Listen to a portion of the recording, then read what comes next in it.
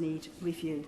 I look forward to working on this, and I thank the Foreign Secretary for a particularly strong statement for Forbes this week when she announced the dates of the major ministerial conference to be hosted by the UK on the 5th and 6th of July 2022 in London, when she said, "There are still too many places around the world where practising one's religion or having no religion can cost you your freedom or even your life.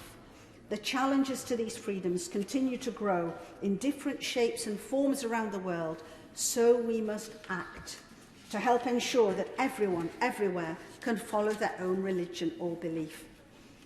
I'm pleased that the Foreign Secretary used the word act. It is one of my priorities to ensure that we move from awareness raising to action, to making a real difference in the lives of people who are losing their jobs, education, homes, livelihoods, families, freedom, access to justice, even life itself, simply on account of what they believe. People who are being discriminated against, marginalised, beaten, threatened, and tortured and killed. On recommendation 9, the John Bunyan Fund was founded as a result of the Truro Review, and we've used this year to fund research to understand the intersecting vulnerabilities experienced by those who are a member of a religious minority and are also living in poverty in the shadows of COVID-19. I commend the excellent research by CREED, the Coalition for Religious Equality and Inclusive Development, funded by the John Bunyan Fund.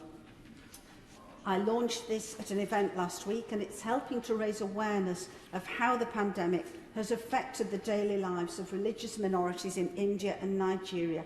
Can I commend this to parliamentary colleagues, many of whom I know are passionately concerned about FORB, but we're not aware of this work. And this is an excellent example of something I'm constantly experiencing, which is that there is some really good FORB work being done by FCDO officials, but parliamentary colleagues are mostly unaware of it. So I see it as a key part of my role to try to, in fulfilling my mandate, to bring together UK efforts, to initiate better working together. Perhaps if I can put it like this, to enable us, all of us, whether officials or parliamentarians, to cross the road, which is Whitehall, more often. It's only a few yards between the Foreign Office's King Charles Street building and the House of Commons and Lords. And regarding recommendation 17, which required the initiation of a working group to include civil society organisations, I believe this is one of the success stories coming out of the Truro recommendations to date. A round table was formed, the UK FORB Forum, and it's gone from strength to strength. Just a year ago, there were some 45 member representatives on it. There are now nearly 100. NGOs, civil society organisations, charities and academics. I meet with them one morning monthly, and it's proving a powerful opportunity for them to bring grassroots information and concerns from countries where they work, often very bravely and often with very limited resources. Increasingly, I believe that this engagement has the potential to inform government action and policy development, and I see it as a priority to ensure I take back to officials the information shared at such meetings.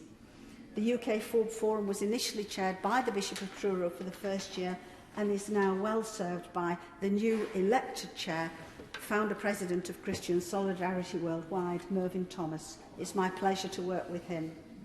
I believe we've only just begun to understand the potential of what this roundtable could contribute to championing FORB and challenging its abuses. And again, it indicates the global leadership that UK is demonstrating.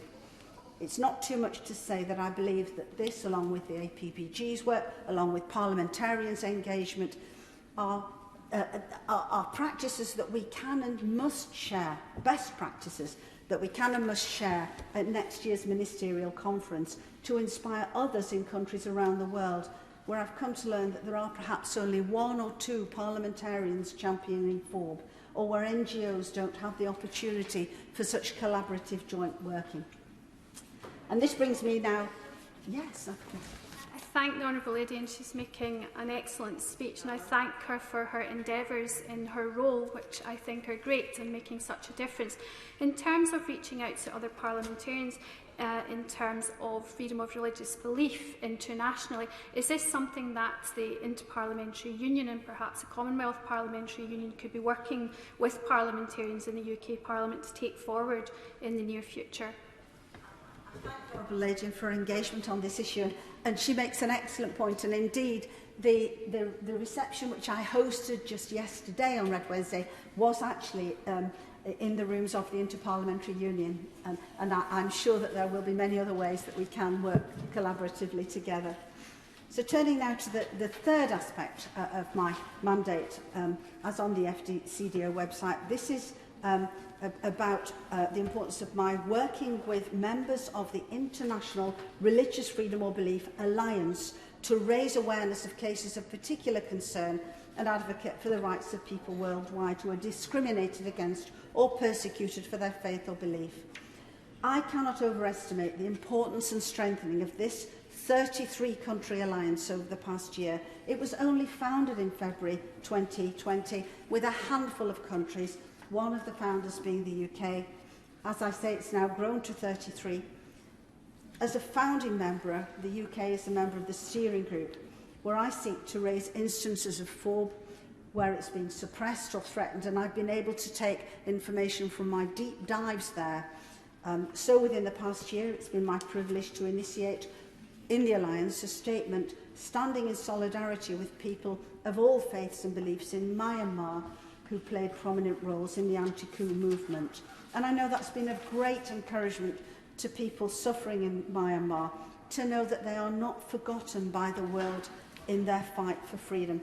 I was particularly moved by a letter I received following that statement from Cardinal Bo, the leader of the Catholic Church, in which he said, "It was a very important message of support for religious leaders in Myanmar." It was also my privilege to help draft the Alliance statement on the importance of protection of religious minorities in Afghanistan, and more recently one highlighting the ongoing plight of Yazidi women, over 2,700 of whom are still missing. But we need to ensure that such statements lead to action.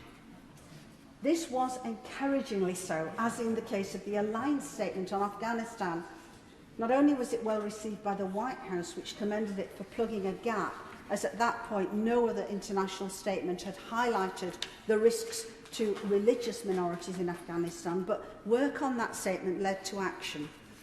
It helped trigger the Alliance country representatives from Brazil and the US talking to one another and recognising the fact that one could provide the visas and the other an aircraft to provide refuge to 193 members of religious minority groups fleeing Afghanistan.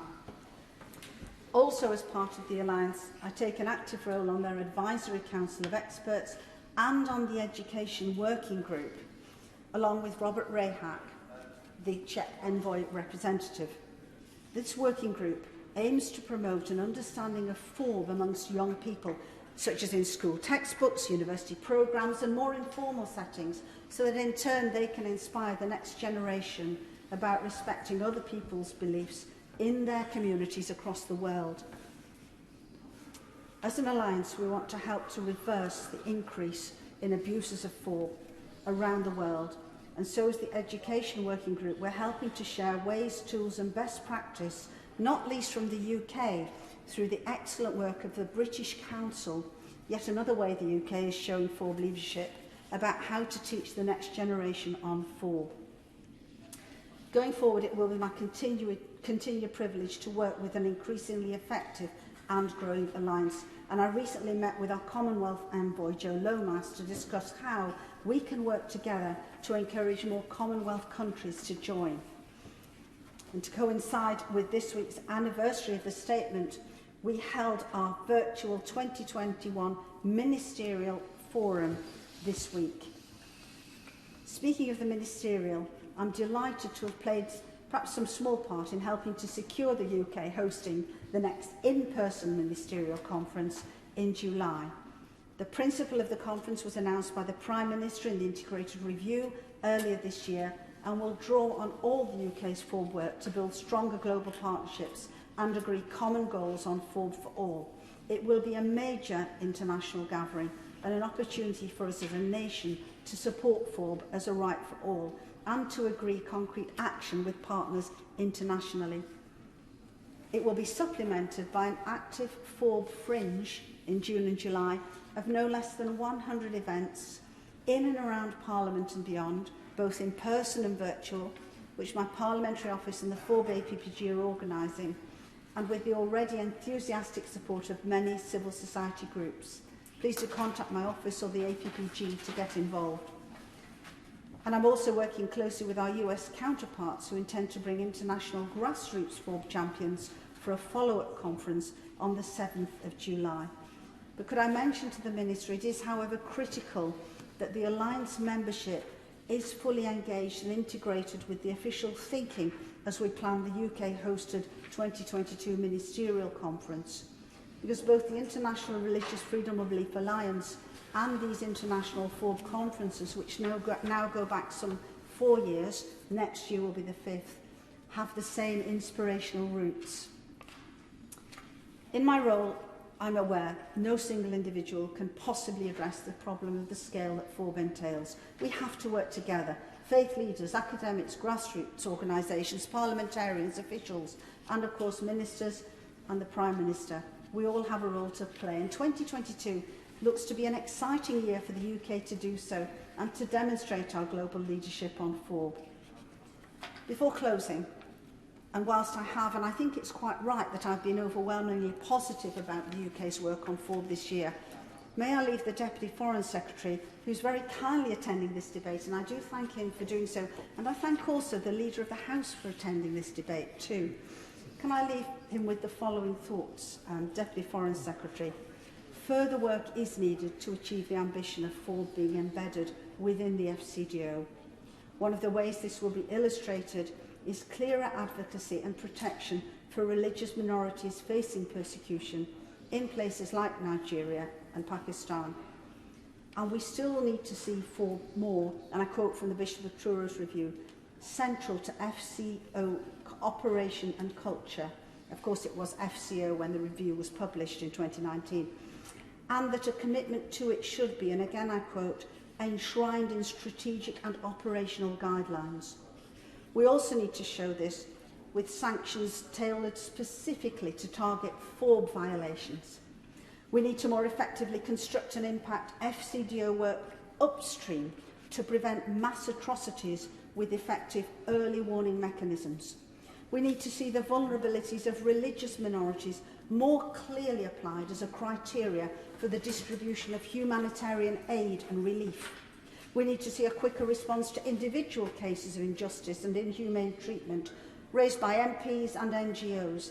In too many cases of individual abuses across the world, including many I've raised, I feel there is only a general response, such as that FORB is, I quote, a key human rights priority for our government. Where we do provide more tailored responses, we can see real results. I was so encouraged after I highlighted concerns about 4 Christians in Somaliland, one of them a young mother imprisoned with her tiny baby. I heard that our diplomatic officials after that attended the court hearing. They were released. One will never know for sure the impact of our engagement, but we should not underestimate the UK's soft power with regard to influencing FORB. And where we cannot take action on individual cases or in particular countries, it would be helpful to have clearer reasoning why.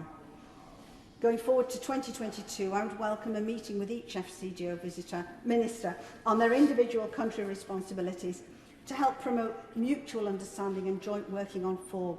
And I do want to thank Lord Ahmed, our Minister for Human Rights, for his strong commitment to collaborative working with me, and look forward to this being increasingly effective going forward. And more effective working will see my role as Envoy given the support required to fulfil my mandate, which until recent changes was limited indeed, in some cases lacking. Too much energy was wasted on internal issues rather than addressing the needs of the vulnerable. Indeed, I believe there needs to be a fundamental discussion of the role of special envoys, indeed of all envoys. How this relatively recently enhanced role, certainly in terms of numbers, fits into the mechanisms of government and how we can work most effectively alongside ministers.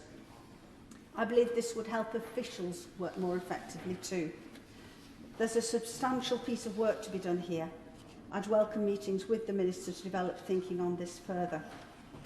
But I end as I started, and indeed highlighted throughout almost all of this speech, in thanking my parliamentary colleagues, and indeed all I've worked with. There's so much progress that has been made on FORB this year, and so much more we can look forward to in 2022 as we continue to exhibit global leadership, championing FORB for the UK, helping to promote countries so that they can become more stable, less prone to insecurity threats, more able to trade freely, and to facilitate and release the potential of all their citizens. I close with some words from the Bishop of Truro. We cannot just see FORB as a sidebar or special interest issue. It bears on some deeply serious issues in today's world, issues with which governments should be hugely concerned, issues such as trade, poverty, security, racism, women's rights, and the very right to life itself.